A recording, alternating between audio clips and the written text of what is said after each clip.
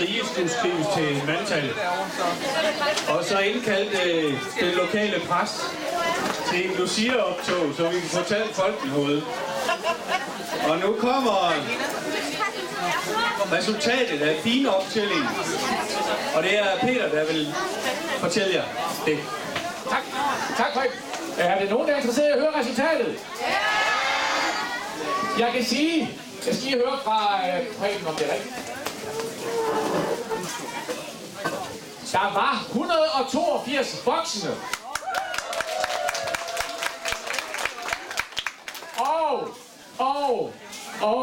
Og desværre, så manglede vi 15 børn, 16 børn, 234, så tæt på.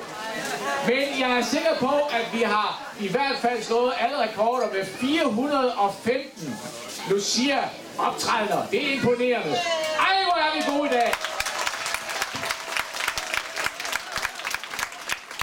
Det er helt vildt. Så super godt. Nu skal I spise noget gløgg, eller undskyld, I skal spise nogle æbleskiver og drikke noget gløgg. Tak for det, Peter.